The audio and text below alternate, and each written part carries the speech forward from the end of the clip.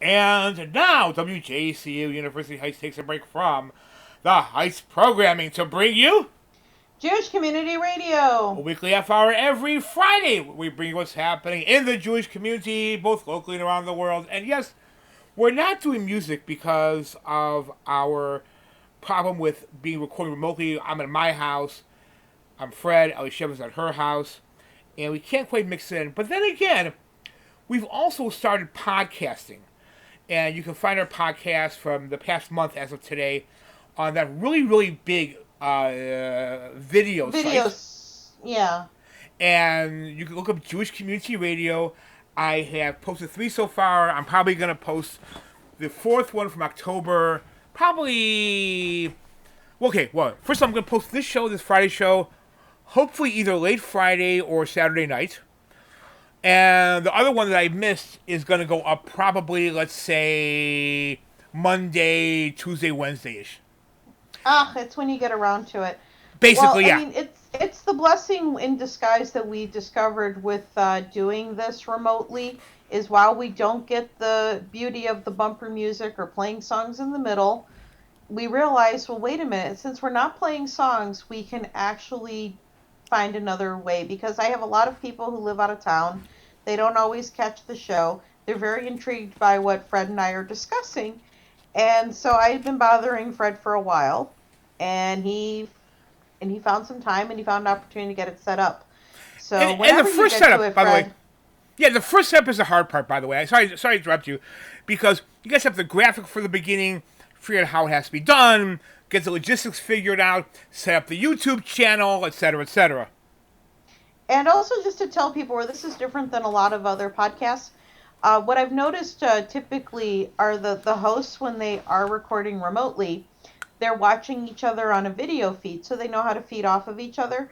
And since Fred and I are not doing that, it ends up resulting in a lot of interrupting.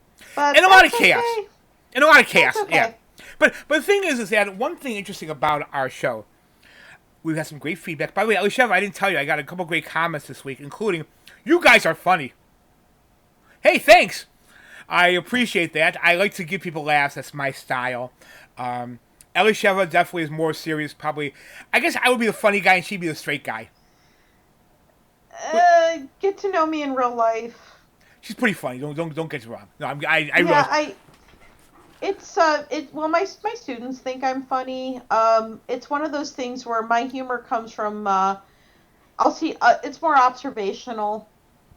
I so it's just it's kind of hard to explain. But anyway, so what's going on is we've been taking a break from some of the things going on in the news to discuss different aspects of Judaism. Heavy topics. And it's because we could keep talking about different things in the news, but sometimes it's feeling kind of repetitive. And the other day, Fred and I got into this rather interesting argument. And what made it kind of awkward was I was walking around in the store shopping with my kid, and we were messaging each other back and forth, and it was getting quite heated. But you know what's So, interesting, though, is that people got to understand one thing. You and I, and this is how Elisheva got on the show, that Elisheva and I would sit at this certain coffee shop to remain nameless, and we would get that's into when these you actually drank coffee. yes, and we would get into these philosophical arguments over and over. So now people are getting the benefit of listening to our philosophical arguments, or just arguments in general, because Elisheva, while we do agree on many things, we also disagree on many things about Judaism, philosophy, and everything else. So you get to hear us debate, and occasionally Elisheva and I will just go at it. And I'll be nice because we're on the radio, but we can definitely get really, really silly and nasty. Not nasty. We're friends, but we can definitely have a fun time with it. So we do tone it down a little bit. I feel the tension when all of a sudden I'll get some interesting they're just mostly like I'll get these he'll get me back, let's just say, but I mean I'm not offended. I Yeah, have a neither am thick I. skin. And by the way, just so you know, right now I am drinking because I'm a little tired. A diet cola, and I got a funny feeling because of how tired I am today. I'm probably gonna go back to my fridge, which is 10 feet behind me while Elisheva is speaking and grab another cola. So if you hear my chair squeak, you know I'm going to the fridge to get something cold and diet and cola. Nothing but a play-by-play. All right, so Just being honest. Right. So a while back, we started to, well, Fred and I were talking about is how much we don't like the idea that Orthodox Jews get lumped into this stereotype system, where basically everyone assumes that if you're Orthodox, you dress a certain way. In fact, it even happened earlier this week at work because my coworker, who years ago worked at actually an Orthodox Jewish school and happens to not be Jewish, he assumed that all of us were all black all the time. Yeah. The show was, and when we had the show a few weeks back, it was partially inspired by him, and about like, no, that's not true. We all dress differently, and then Fred and I started talking about other. I guess the best way to describe it is streams of Judaism. I don't like using the word denominations. I guess you can say movements. I look at it as a continuum. And the two most common ones, and in fact, they actually have a very relatively high percentage within American Jewry, are the Reform and the Conservative movements. Yeah, Um, wait. Before you go ahead, I gotta say mhm. one thing important here. One, this is for okay. In Judaism, we don't view Reform, Conservative, Orthodox as different religions, as do you see that within the realm of Christianity as a whole, where if you are a Presbyterian versus a Lutheran, they call that a different religion. We are all Jewish. That's our religion, period. There are different groups within that, but we are all Jewish. I would say And flavors. flavors is a good way of describing it, Yeah, especially since it's different flavors. And that's kind of why we're having this discussion. I taught for a number of years in Reform synagogues. I taught in a community Talmud Torah before it closed down. And so I got to know different aspects of the flavors of Judaism because when I taught in the Talmud Torah, which by the way, Talmud Torah is like another way of saying like an afternoon Hebrew school program that's not affiliated with the synagogue.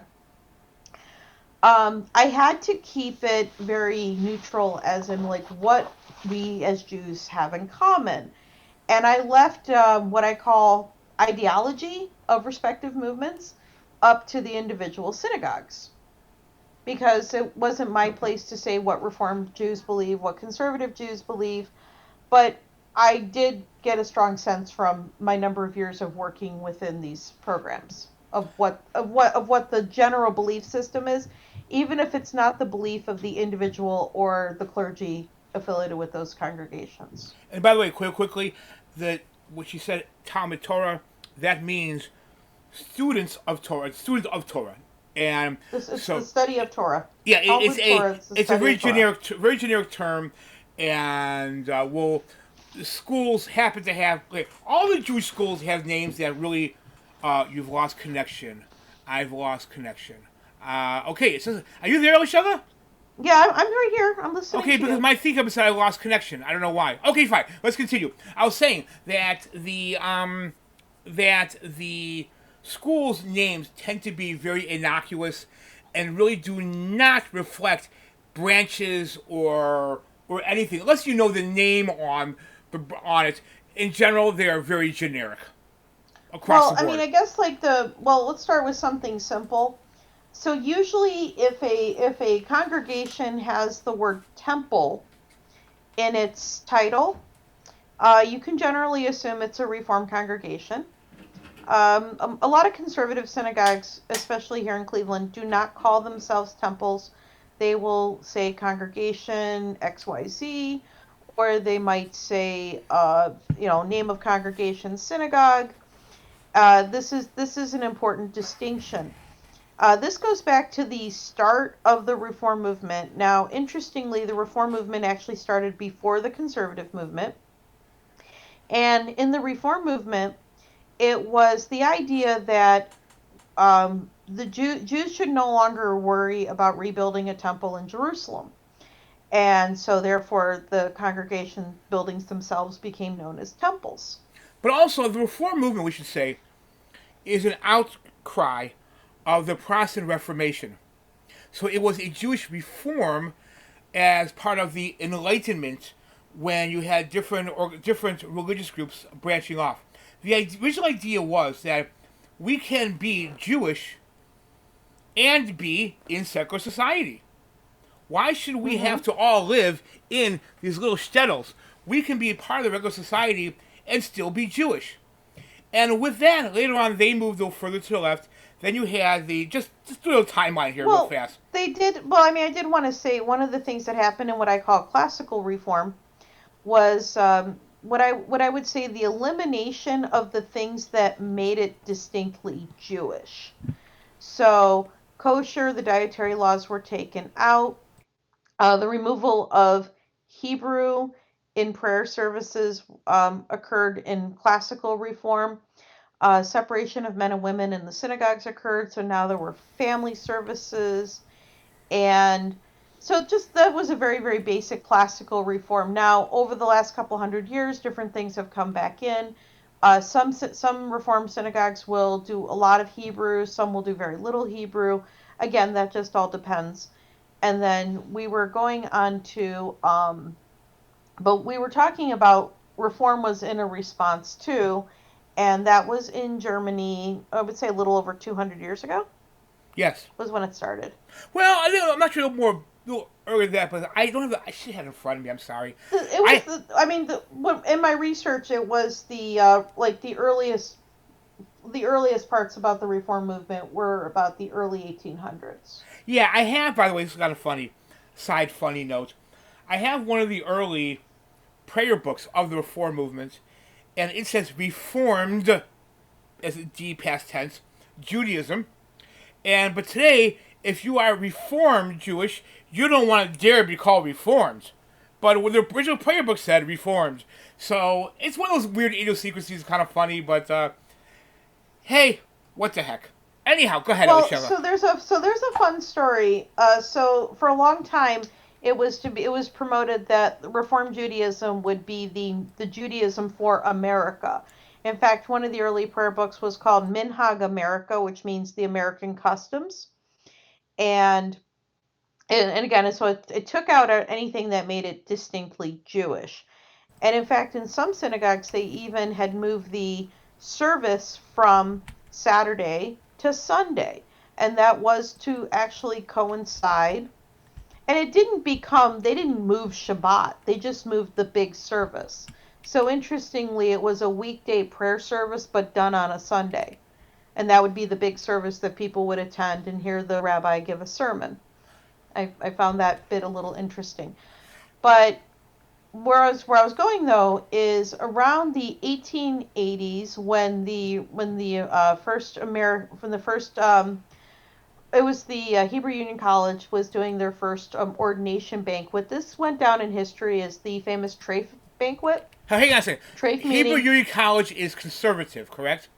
no, it's reform. That's Reform. Oh yeah, yeah. That's the other one. Okay, I got these Because mixed up. reform came first, Yeah. and Hebrew Union College has three main campuses in the United States. It's Cincinnati, New York, and Los Angeles, and then they also have a campus in Jerusalem. But anyway, so at the Treifa banquet in the 1880s, they were serving everything that's considered not kosher except for pork. So they were serving shellfish, they were mixing meat and milk, and there was a segment of rabbis that were there that were not happy with all these changes occurring to Judaism.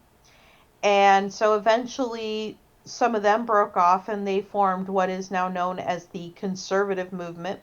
And this is important to understand that the conservative is with a capital C, but it's not a political ideology. It's just conservative as opposed to what was reform. And so that's a little more traditional in their ideology. Kosher is to be observed, Shabbat is to be kept the best way possible. But I guess like a key difference with conservative Judaism is they believe that the halakha, that the Jewish law, evolves and grows and changes with the times and it's reinterpreted. And And I that should that's a say, little bit of a difference. but the name conservative comes because they wanted to conserve the religious aspects that were lost with the reform movement. Correct. So you had that happening. And by the way, if you look back at reform, I said it's an outcry and a Jewish answer to the Protestant Reformation. Um, the One of the founders of it, Moses Mendelssohn. Yep, Moses. Moshe in Hebrew, but a lot of people translate their names to English, and I guess most people in English would call it Mo.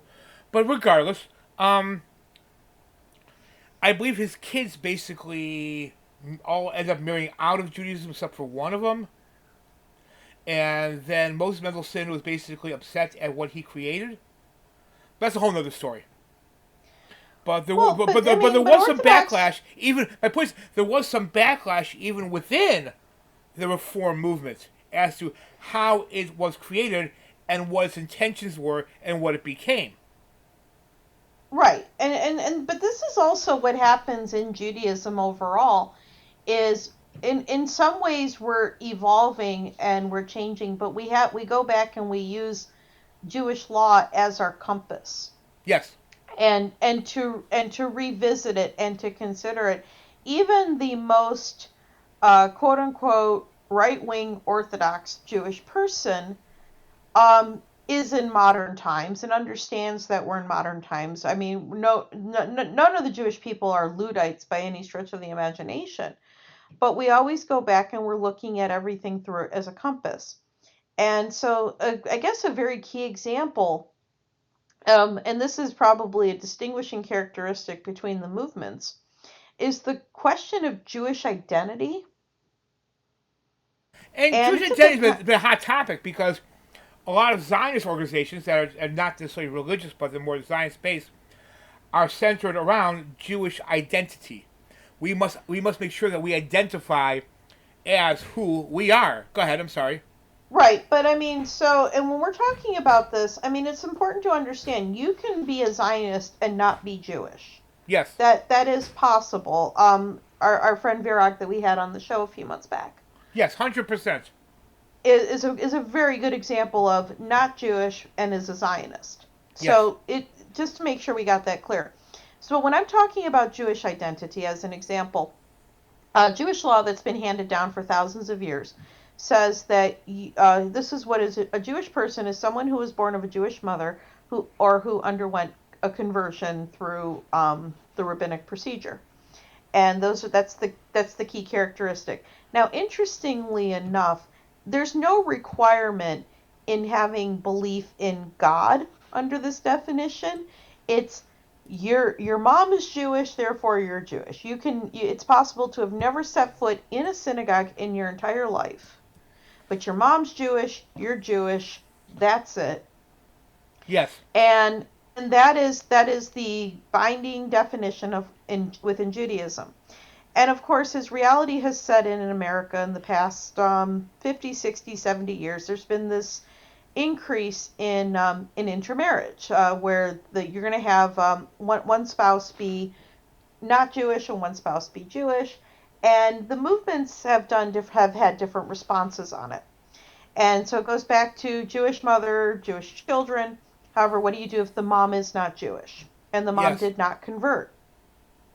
So what the conservative movement did for a number of years is that if the family agreed to raise the children Jewish, then the children would be converted and they would be raised Jewish, and the mom is still not Jewish, and there's not much of a conversation. However, in 1983, the Central Conference of American Rabbis, and that's the rabbinical organization for the Reform movement, issued a statement that they were accepting patrilineal descent.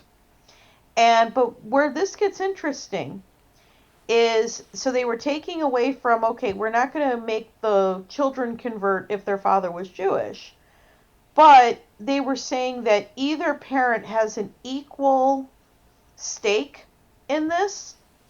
And I went to a Reform rabbi years ago and said, okay, so if you have a child whose mother was Jewish And the child is not raised in Judaism. I'm not saying the child was raised in Christianity either, just not raised in Judaism. I said, does that make the child Jewish? Interestingly enough, I never got an answer. That reminds me of something interesting I had. I was asked to be the witness to a wedding of a good friend of mine. And as a witness, you sign the ketubah, the marriage contract, so to speak. And in that, I said, hey, listen, I'm not going to mention the first name. I said, hey, your wife is not Jewish. She said, oh, she doesn't have anything in her house, whatever. So, okay, I signed it. I later found out that, no, they have a Christmas tree, etc., etc., etc. And I was kind of taken aback because I felt I was cheated. Because I thought I was doing one thing, but ended up signing the marriage contract for something else. So I really felt cheated by it. But that's another question within Jewish identity with the marriage contract, because in the wedding ceremony, the formula given is that a man says to a woman while giving a ring, you're consecrated to me with this ring by the laws of Moses and Israel. Yes. So if one of the people is not Jewish, are they obligated under the laws of Moses and Israel? Good question. And so was it you weren't really signing a marriage contract per se, then you were signing like a lovely piece of calligraphied paper. In a sense, yeah, but as a witness. But I was still under a false pretense, and that really bothered me. It still bothers me because I was given false information. I guess let me put it this way, okay? You testify in court based upon information that you knew that turns out to have been false. It means that you basically perjured yourself based on what you understood as to be the truth. You understood it to be true at the time, but you later discover that you committed perjury. It doesn't feel good. Okay? Right. That's what I'm saying. Right. And so we're not judging people who have intermarriages. Fred and I can both attest to the fact that there are probably intermarriages within each of our families. It's gotten to be relatively common. I'm not saying whether it's a good thing or a bad thing. It just happens. But what also happens with this is because of that ruling from the Reform movement, the question of who is a Jew has gotten even more politicized, I would say, in the state of Israel, when people want to come to Israel and they want to become citizens in Israel. By the way, I was thinking about what you just said. I honestly cannot think of one intermarriage in my family. For the record. Really? Yeah, can't think of one. I'm impressed. Regardless, the point though is that we're really talking about the various temples and synagogues around in the Reform and Conservative world. Right. But we also have. So there's. No, go ahead. No, so I'm just saying that there's these differences. But why it's important for our audience to understand, and I'm going to give you a reason why. Because there's a higher percentage of people who identify as Reform or Conservative, and again, this. Hello? Problem with me over the years. Okay, I lost you for a couple seconds, but okay. No, Elisheva's right here. And basically where this has caused problems for me is I take off all the Jewish holidays that I'm obligated to take off for religious observances. However, I've actually had people say to me, "Oh, but my doctor is Jewish, and I know they're working on these days. I don't understand why you have to take these days off." So, as an example, this other person here is Jewish. They're eating the same food that we're eating. Why do you need to do it this way? And that's why we're talking about this. I'm not denigrating any Reform or Conservative Jews and their stances on things. And this is what it was actually the main crux of my message, Fred. There's this perception that we're judging people who are not religious. That I mean, Yes. well, no, that they're religious, but you know what I'm saying. We're judging people who don't keep kosher. We're judging people who drive on Saturdays, and we're absolutely not. But there is a perception that we are. Real There's quickly, a Elisheva, perception, and I don't mean just you and I just mean anyone who aligns with a more traditional way of observance. and real quickly, Elisheva, before we run out of time here, important note: the intermarriage issue and causes a problem because when you're trying to figure out if the person you're marrying is actually a descendant of somebody who's actually religiously Jewish, it causes a problem within the Orthodox world by accepting the Reform definition. So we have to be careful about the definitions where they come from. But also, very important, there are two or a few other different branches, small, but they exist of Judaism, which also cause some issues within the Orthodoxy when it comes to definitions. Elisheva, let's not forget first easy one, egalitarian. The egalitarian movement basically says, well, we're going to do what we want. Not exactly. But they don't follow the definitions of anybody else. Well, it actually, egalitarian within itself can exist in its own spectrum. You can have egalitarian basically means, see, in the traditional world, only men over the age of 13 count towards the quorum for making a prayer service. Egalitarian means a woman can likewise count. I'm just making sure you understand that. It's not we're making our own definitions. Yeah, I but have still. actually seen the source material within where the distinctions come in, and just to make sure, that's not what it is. But egalitarian will still change what they want based upon what the congregation wants. For example, the prayer book of one congregation, Bethel in Cleveland Heights, they decided to make their own siddur, their own prayer book. And there they had some changes which were based upon, it depends on what you believe. And they had, in the one prayer book, they had different ways and different paths to follow. So you can still pray together, but it's still based on what you personally believe. Right. Well, they left it when I was involved with that congregation many years ago. It was actually left up to the person leading that section of the service, and I can give you a key example, whether or not to include the matriarchs in specific prayers or just the patriarchs. And that was only one part of it, because also they had a whole thing about animal sacrifice, which also basically says in Torah, a lot of people don't understand this part, including this group, that